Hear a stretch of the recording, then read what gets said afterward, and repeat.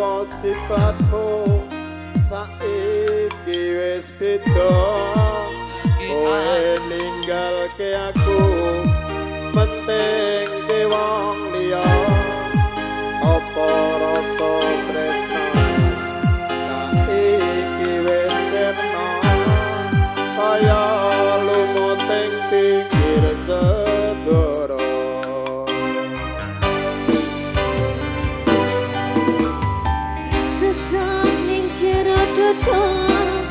pancen larakake arep kepiye maneh kowe wong randuwe aja salah batinku marang kahananku kang mas pupusan rasa tresaku